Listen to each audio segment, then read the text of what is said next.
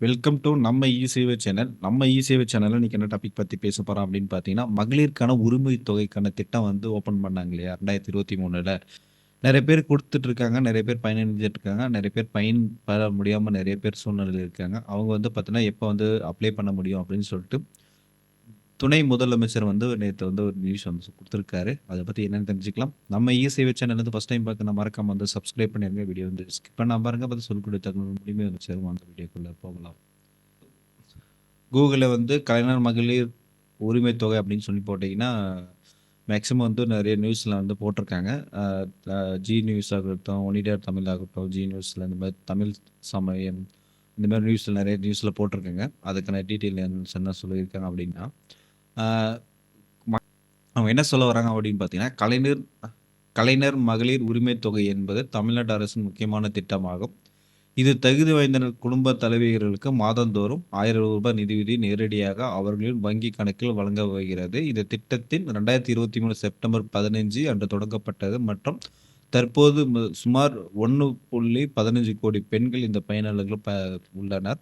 தற்போது இந்த திட்டத்தின் மேலும் விரிவுபடுத்துவதற்கான முயற்சிகள் நடைபெற்று வருகின்றன. புதிய பயனாளர்களை சேர்த்துக் கொள்ளும் பயணிகள் தொடங்க உள்ளன.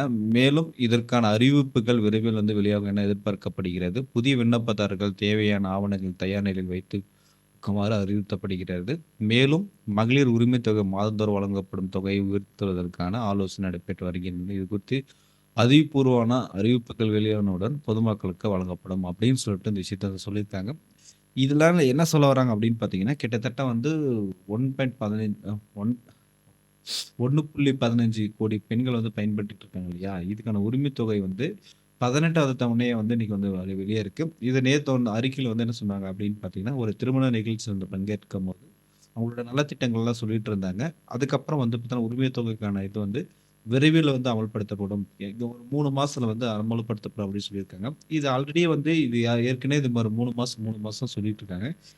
கிட்டத்தட்ட வந்து எனக்கு தெரிஞ்ச மாரி ஒரு 3வது டைம் வந்து இது வந்து சொல்லிட்டு இருக்காங்க. அது நெறைய பேர் வந்து எப்படி அப்ளை பண்றது? என்ன பண்றதுன்னு சொல்லிட்டு யோசிச்சுட்டு இருக்காங்க. நெறைய பேருக்கு வரதே இல்ல அப்படின்ற மாரி சொல்லிட்டு இருக்காங்க. கண்டிப்பா வந்து அதுக்கான வந்து நடவடிக்கை எடுப்பாங்க அப்படின்னு எதிர்பார்க்குறோம். அப்படி வந்துச்சுன்னா நம்ம வந்து எப்படி அப்ளை பண்றது?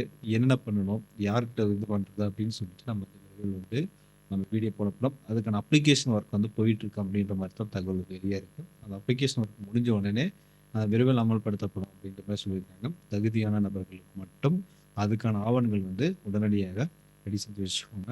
வந்தோனே நம்ம அப்டேட் பண்ண போறோம் அப்படின்னு சொல்லிட்டு, இந்த வீடியோ பத்தி என்ன நினைக்கிறீங்க? உங்க கருத்து கமெண்ட் பாக்ஸ்ல கமெண்ட் பண்ணுங்க. தொடர்ந்து இணைந்திருங்கள். நெக்ஸ்ட் வீடியோல வந்து சந்திக்கலாம். பாய்.